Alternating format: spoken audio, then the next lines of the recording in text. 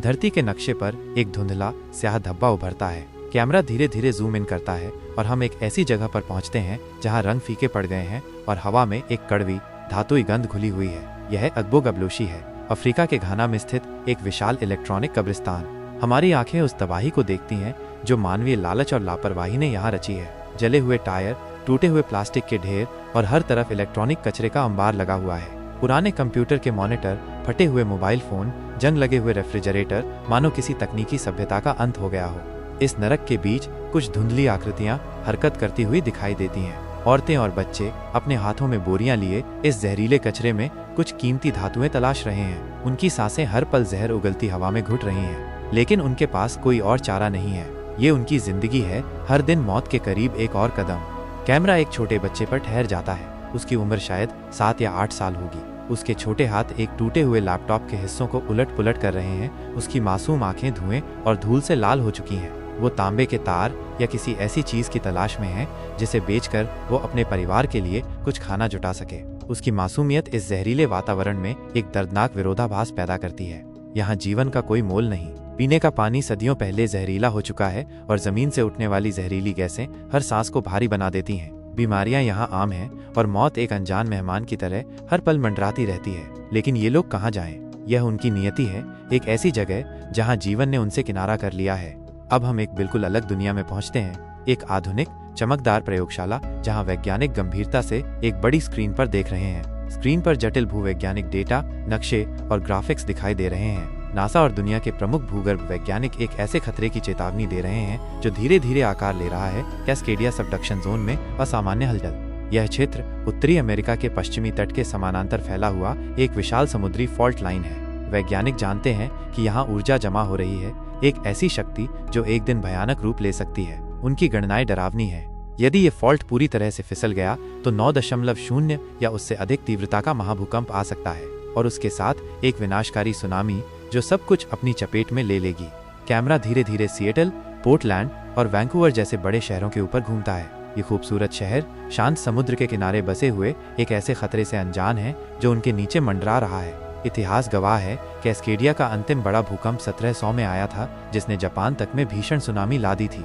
अब 300 से अधिक साल बीत चुके हैं। समय बीत रहा है और धरती एक बार फिर करवट बदलने की तैयारी में है। इस बार तबाही पिछली बार से कहीं ज्यादा भयानक होगी, क्योंकि इन 3 सदियों में इस क्षेत्र में आबादी और बुनियादी ढांचे का विस्तार हुआ है।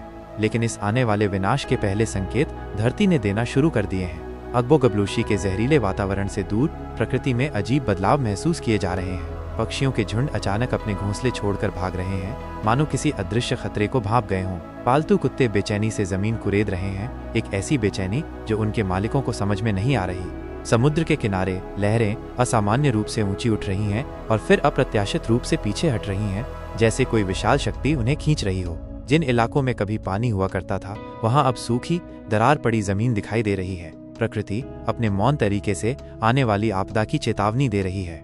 कैमरा उन गरीब इलाकों पर घूमता है जहां लोग अपनी रोजमर्रा की जिंदगी में व्यस्त हैं, आने वाले खतरे से बिल्कुल अनजान। उनके पास न तो कोई सूचना है न कोई चेतावनी। उनकी दुनिया उनकी दैनिक जरूरतों और संघर्षों तक ही सीमित है। दूसरी ओर बड़े शहरों में एक अलग तरह की तैयारी चल रही है। धनी लोग भूमिगत बंकर बना रहे हैं, महीनों के लिए खाने पीने का सामान इकट्ठा कर रहे हैं। सरकारी एजेंसियां गुप्त रूप से इमरजेंसी अलर्ट सिस्टम की जांच कर रही हैं, लेकिन ये सब कुछ गरीबों की पहुंच से दूर है। अग्बो गबलोशी में कोई खबर नहीं है, कोई उम्मीद नहीं है। वे अपनी जहरीली दुनिया में फंसे हुए हैं, जबकि बाहर एक और बड़ी तबाही उनकी प्रतीक्षा कर रही है। धरती के अंदर गहराई में प्लेटें खिसक रही हैं, एक अदृश्य युद्ध चल रहा है। समुद्र के नीचे तनाव बढ़ता जा रहा है, जैसे कोई विशालकाय स्प्रिंग धीरे धीरे दब रहा हो। वैज्ञानिक अपनी प्रयोगशालाओं में माथे पर पसीना लिए उपकरणों पर नजरें गड़ाए हुए हैं। उनकी आखिरी चेतावनी स्पष्ट है, अब कोई भी दिन अंतिम हो सकता है। आकाश में काले बादल घिरने लगते हैं, बिजली की चमक दूर से दिखाई देती है, मानो प्रकृति भी इस आसन्न प्रलय की आशंका से कांप रही हो। और फिर वो दिन आता है, एक सामान्य सुबह की तरह। सूरज बादलों के पीछे छिपा हुआ है, पक्षी गायब हैं, उनकी चहचहाहट खामोशी में बदल गई है। समुद्र शांत है, एक भयावह शांति जो तूफान से पहले आती है। धीरे धीरे पृष्ठभूमि में एक अस्पष्ट कंपन की आवाज सुनाई देने लगती है, जो धीरे धीरे बढ़ती जाती है। अचानक धरती कांप उठती है, एक हल्का झटका, जैसे किसी विशालकाय ने करवट ली हो। फिर एक और तेज और हिंसक, और फिर पूरी जमीन बुरी तरह से हिलने लगती है, जैसे कोई अदृश्य शक्ति उसे नीचे से चीर रही हो। इमारतें ताश के पत्तों की तरह गिरने लगती हैं, सड़कें फट जाती हैं और उनमें गहरी दरारें पड़ जाती हैं। लोग चीखते और भागते हुए दिखाई देते हैं, लेकिन भागने के लिए कोई सुरक्षित जगह नहीं है। समुद्र, जो थोड़ी देर पहले शांत था, अब एक भयानक रूप धारण कर लेता है। पानी किनारों से पीछे हटता है, एक विशाल खाई बन जाती है और फिर एक दैत्याकार लहर उठती है, सैकड़ों फीट ऊंची, एक तरल पर्वत की तरह जो अपने रास्ते में आने वाली हर चीज को निगल जाती है। अकबोगेबलूशी का गंदगी का मैदान अब पानी में बहता हुआ दिखाई देता है। बच्चे चीख रहे हैं, औरतें मलबे में फंसी हुई हैं। उनकी जहरीली दुनिया पल भर में एक जलीय कब्र में बदल जाती है। उनके लिए दो तरह की मौतें थीं, एक धीमी जहरीली मौत और एक अचानक हिंसक अंत।